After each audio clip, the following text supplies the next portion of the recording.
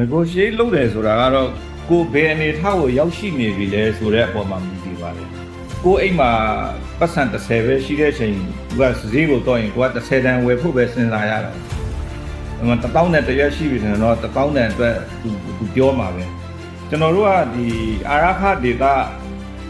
အတွက်တော့စဉ်းစားတာမှန်ပါတယ်ကျွန်တော်အရင်လည်းပြောခုပါတယ်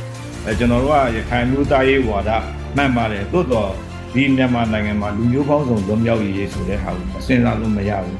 ဒီကိစ္စတွေကကျွန်တော်တို့လူမျိုးကြီးလို့စစ်တပ်အကြီးကြီးဖွဲ့နိုင်တဲ့လူကပဲအကုန်လုံးယူမယ်ဆိုရင်ဒါဆိုရင်လူမျိုးသေးလူမျိုးနည်းတယ်အင်အားမရှိတဲ့လူဆိုရင်မရဘူးလားဒါဆိုရင်ဘယ်လိုဖြစ်မလဲဆိုတဲ့ဟာကအစားပေါ့လေနော်စဉ်းစားရမှာဒါကြောင့်တစ်ဖက်ကတော့ကိုအာရခဒေတာအတွက်ကကျွန်တော်တို့သမိုင်းအတွက်လုပ်စရာရှိတာတော့ကျွန်တော်တို့လုပ်နေကြပြီတပြိုင်တည်းမှာစဉ်းစားစရာတွေလည်းအများကြီးရှိတယ်မြန်မာနိုင်ငံတယံဇာတတွေဖြစ်ဖြစ်အနာဂတ်ကုန်သွယ်ရေးဆိုင်ရာစီမံချက်တွေဖြစ်ဖြစ်လုံးတဲ့အချိန်မှာကိုယ်နိုင်ငံကစီးလုံးမရှိဘူးစစ်ဖြစ်နေတော့စကားမဆိုရင်လည်းပဲစစ်ဖြစ်လာတဲ့အချိန်မှာသူတရုတ်ကိုပြေးပြီးမှစီမံကိန်းတွေကိုအသက်သွင်းခိုင်းတာ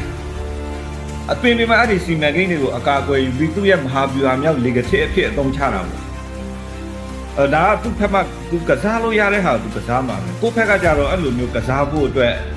leverage ကလက်ထဲမှာမရှိဘူး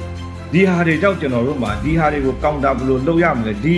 သူ့ရဲ့နိုင်ဖဲတွေကိုလက်ထဲရောက်အောင်ဘယ်လိုလုပ်ရမလဲဆိုတဲ့ဟာတွေလည်းသေချာနည်းလမ်းရှာဖို့တော့လိုပါတယ်အဲ့တော့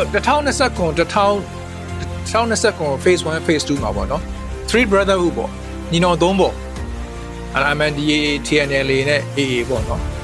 အဲ့ဒီ coalition ကရောသူတို့ unity ရောအခုအချိန်မှာဘယ်လိုရှိတယ်လဲကျွန်တော်တို့မူဝါဒအရရောစီစီလုံးလုံးရှိပါတယ်တချို့လုတ်ပုံလုတ်နေကြတော့နည်းနည်းအရင်နဲ့မတူတဲ့အခြေအနေတော့ရှိတာပေါ့